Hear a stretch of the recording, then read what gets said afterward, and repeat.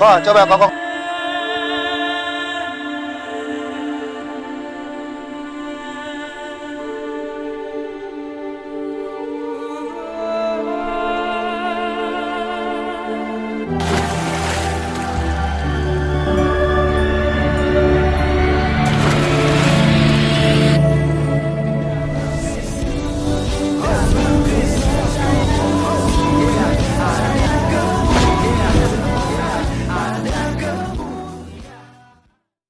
Salam Elechem Bisem Yeshua HaMashiach. Salam damai sejahtera dalam nama Tuhan Yesus Kristus untuk kita semua. Teman-teman sekalian, kita lihat video detik-detik Ustadz Agustan meninggal dunia. Dia mengentutin Alkitab dan dia minta agar Tuhan melaknatnya, ya, menghukumnya dan biar dia mati, ya, katanya. Tapi Tuhan sangat luar biasa sekali memberikan keadilannya, di mana Agustan ini harus menderita dengan penyakit stroke dan sebulan setelah itu akhirnya wafat, meninggal dunia. Dan kasusnya kurang lebih seperti Ahmad Dedan, di mana juga itu adalah musuh kekristenan. Bahkan dalam perayaan Jumat Agung dia menghina kekristenan, dia menyerang kekristenan, itu luar biasa sekali.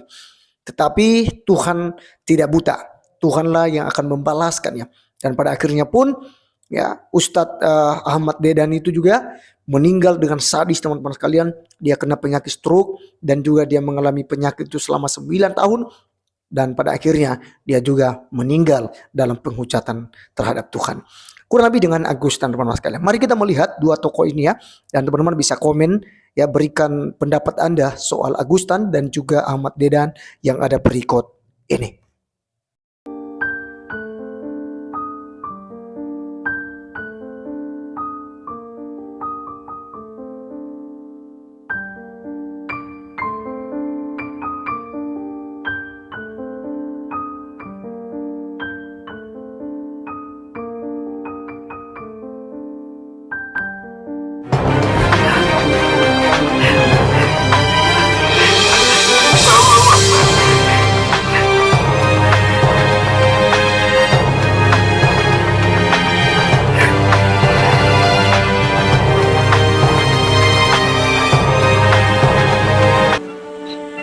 Wah, coba kokok.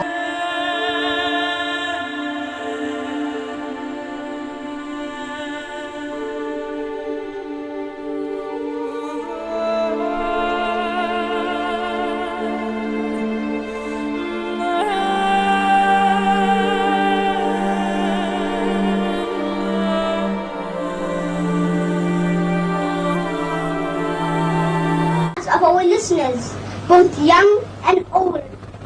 Sometimes you made us laugh, and sometimes you made us cry, but your message was always clear. Do dawah.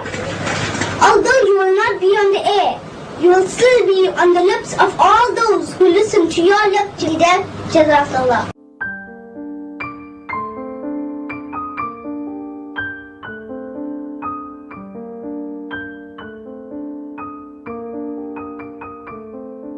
Dilarang masuk ke beberapa negara sekuler karena dikhawatirkan akan menimbulkan kerusuhan sosial. Negara-negara tersebut diantaranya adalah Nigeria, Prancis, Singapura, dan Australia. Setelah khotbahnya yang terakhir dan sangat ofensif pada Jumat Agung, yakni Hari Raya Paskah umat Kristiani di Sydney, Australia pada 1996. Walau banyak fans Muslim yang menganggapnya sebagai pahlawan Islam, bahkan diberi penghargaan dari Arab Saudi, tentu saja banyak juga kalangan Muslim yang tidak setuju dengan Dedan, bahkan Muslim sekampungnya di Afrika Selatan. Sejak setahun lebih sebelum Dedan mengalami suaranya untuk selama-lamanya. Lehernya kejang sehingga ia tak mampu makan, minum, atau berbicara. Dedan hanya mampu berkomunikasi ke depan mata saja selama 9 tahun lamanya ia menderita. Selama dalam perawatan, Dedan hanya dapat mengonsumsi makanan melalui selang yang langsung dimasukkan ke dalam lambungnya melalui sebuah lubang di perutnya selama 9 tahun hingga ajalnya. Selama masa penderitaan ini, Dedan juga sudah pernah dikunjungi dan didoakan oleh orang-orang Kristen. Dedan masih berstatus sebagai pemimpin Islamic Propagation Center International, sebuah lembaga yang masih dipegangnya hingga meninggal. Namun ia juga meninggalkan banyak hutang pada beberapa ulama yang diwariskan kepada anak-anaknya.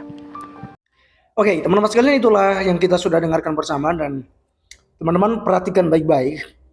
Apa yang dialami oleh Ustadz Agustan ini tidak bisa lagi dipungkiri bahwa dia menerima hukuman daripada Tuhan. Karena menghujat Tuhan, mengkentutin Alkitab. Bahkan teman-teman sekalian, tidak ada pertobatan. Sebenarnya Tuhan memberikan stroke baginya untuk berpikir kembali dan berubah daripada cara hidupnya. Tetapi ternyata kesempatan itu dia sia-siakan. Dan pada akhirnya Tuhan harus memanggilnya dan memberikan hukuman yang setimpal baginya. Sudah pasti orang Kristen memastikan itu. Dia pasti akan masuk dalam neraka. Sebab di luar Yesus tidak ada keselamatan. Dan demikian juga Ahmad Dedan yang kita lihat bagaimana juga dia harus menderita selama 9 tahun. Ya, untuk menerima hukuman daripada Tuhan itu tidak mulu-mulu, teman-teman sekalian. Jadi jangan tantang Tuhan seperti Agustan. Jadi apa yang dialami oleh Agustan dan juga Ahmad Dedan dan beberapa mu'alaf-mu'alaf yang lain yang mati mengenaskan karena menghujat kekristenan, menghujat Tuhan Yesus Kristus. Jadikanlah pelajaran. Ya, jangan tiru apa yang mereka lakukan. Terima kasih teman-teman sekalian. Silakan tulis komentar Anda. Apa tanggapan Anda terhadap kedua penghujat ini? Silakan, sehingga teman-teman yang lain juga bisa melihat. Dan silakan memberikan komentar-komentar yang positif teman-teman sekalian, sehingga nama Tuhan kita Yesus Kristus tetap dimuliakan untuk selama-lamanya. Sekian video kali ini, sampai ketemu di video berikutnya. Tuhan Yesus memberkati. Salam.